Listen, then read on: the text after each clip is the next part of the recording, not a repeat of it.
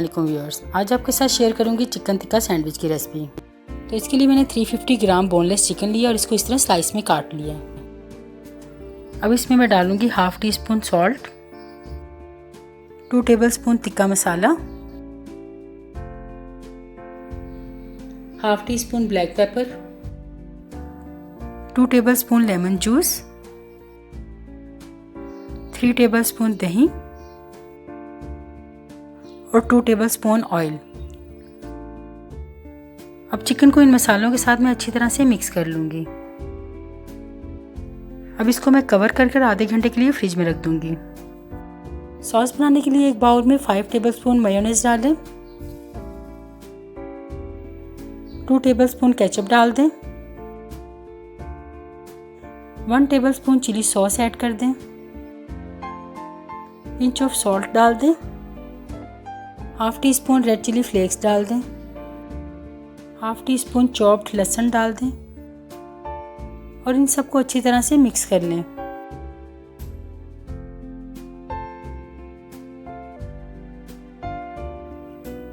अब एक पैन में मैरिनेटेड चिकन डालें और इसको 2 मिनट के लिए फ्राई कर लें। अब मैं इसको कवर करूंगी और 10 मिनट के लिए लो फ्लेम पर कुक कर लूंगी।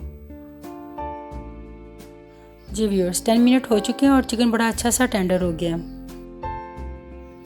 अब मैं इसको फुल फ्लेम पर कुक कर लूँगी कि इसका पानी ड्राई हो जाए और इसका कलर चेंज हो जाए। चिकन टिक्का पीसेस हमारे तैयार हो चुके हैं। सैंडविच असेंबल करने के लिए मैंने लॉन्ग ब्रेड ले लिया। अब मैं इसके ऊपर मेयोनेज़ स्प्रेड करूँगी। अब इसके ऊपर सैलड लीव्स डाल दूँगी।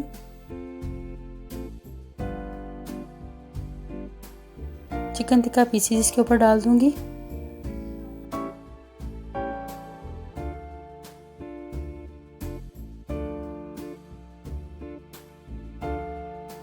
अब जो सॉस हमने तैयार की थी वो इसके ऊपर डाल दूंगी।